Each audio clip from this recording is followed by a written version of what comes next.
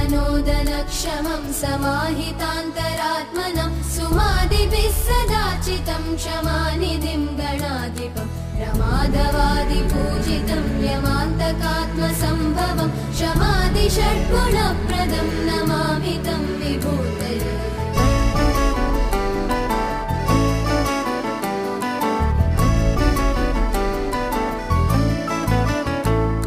गणाधिपस्य पञ्चकं नृणामभीष्टदायकं प्रणामपूर्वकं जना पठन्ति ये मुदायुता भवन्ति ते विदां पुरः प्रगीतवैभवाजव चिरायुषोऽधिकश्रियः सुसूनवो न संशय नमामि तं गणाधिपम्।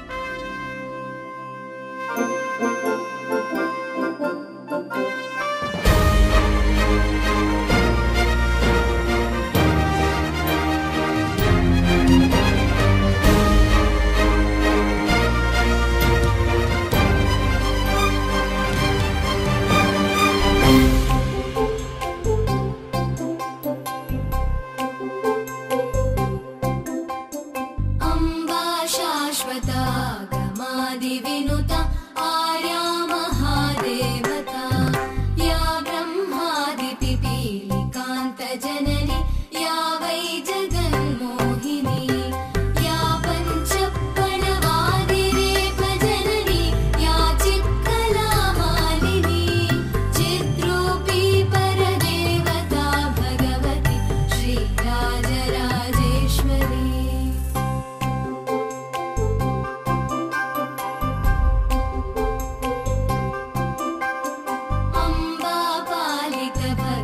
अम्बापालितभक्तराजगनिशम् अम्बाष्टकं यः पठेत् अम्बालोलकटाक्षवीक्षललितं चैश्वर्यमव्याहतम् अम्बापावनमन्त्रराजपठना दन्ते च मोक्षप्रदा चिद्रूपी परदेवता भगवती श्रीराजराजेश्वरी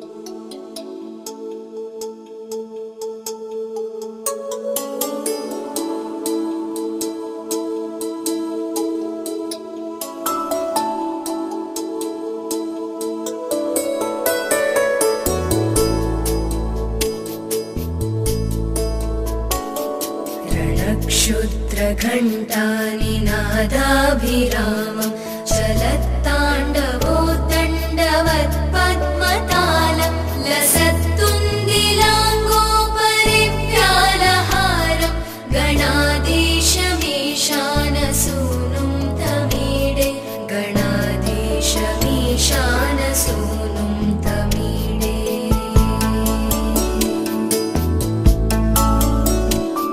ध्वनित्वं सवीणालयोलासिवक्त्रं स्फुरच्चुण्डदण्डोलसद्बीजपूरं गलत्कर्पसौगन्ध्यलोलालिमालं गणाधीशमीशानसूनुं तमीडे गणाधीशमीशानसूनुं तमीडे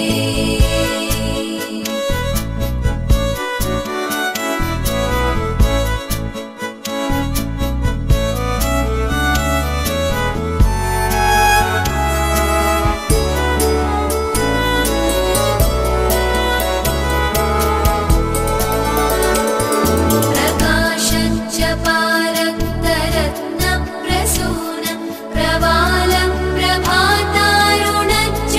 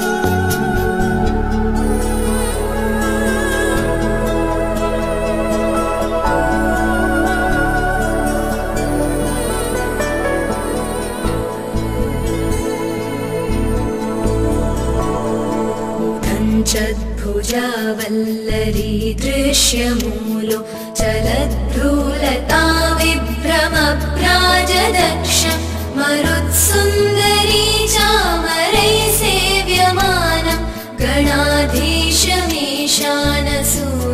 तमीडे गणाधीशमीशानसूनुं तमीडे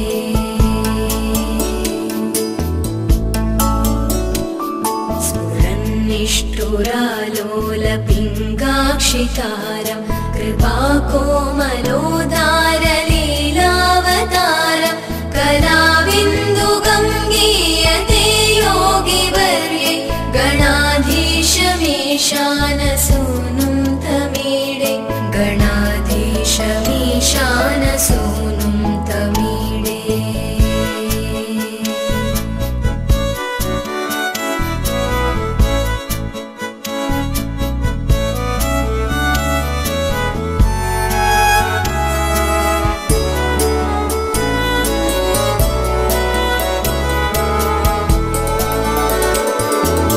यमेकाक्षरं निर्मलं निर्विकल्पं गुणातीतमानन्दमाकारशून्यं परं पारमोङ्कारमाम्नाय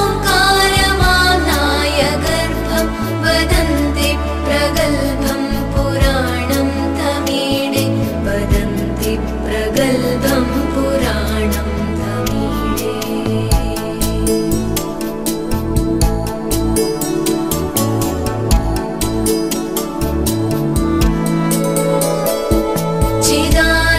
चिदानन्दसान्द्राय शान्ताय तुभ्यं नमो विश्वकर्त्रे च हर्त्रे च तुभ्यं नमोऽनन्तलीलाय कैवल्यभासे नमो विश्वबीजप्रसीदेश सूनो नमो विश्वबीजप्रसीदेश सूनो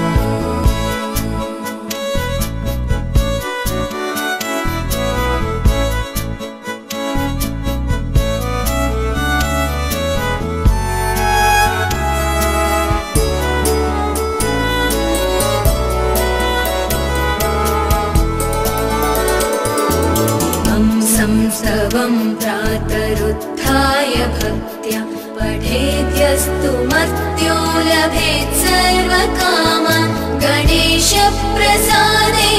सिद्ध्यन्ति वाचो गणेशे विभो दुर्लभं किं प्रसन्ने गणेशे विभो दुर्लभं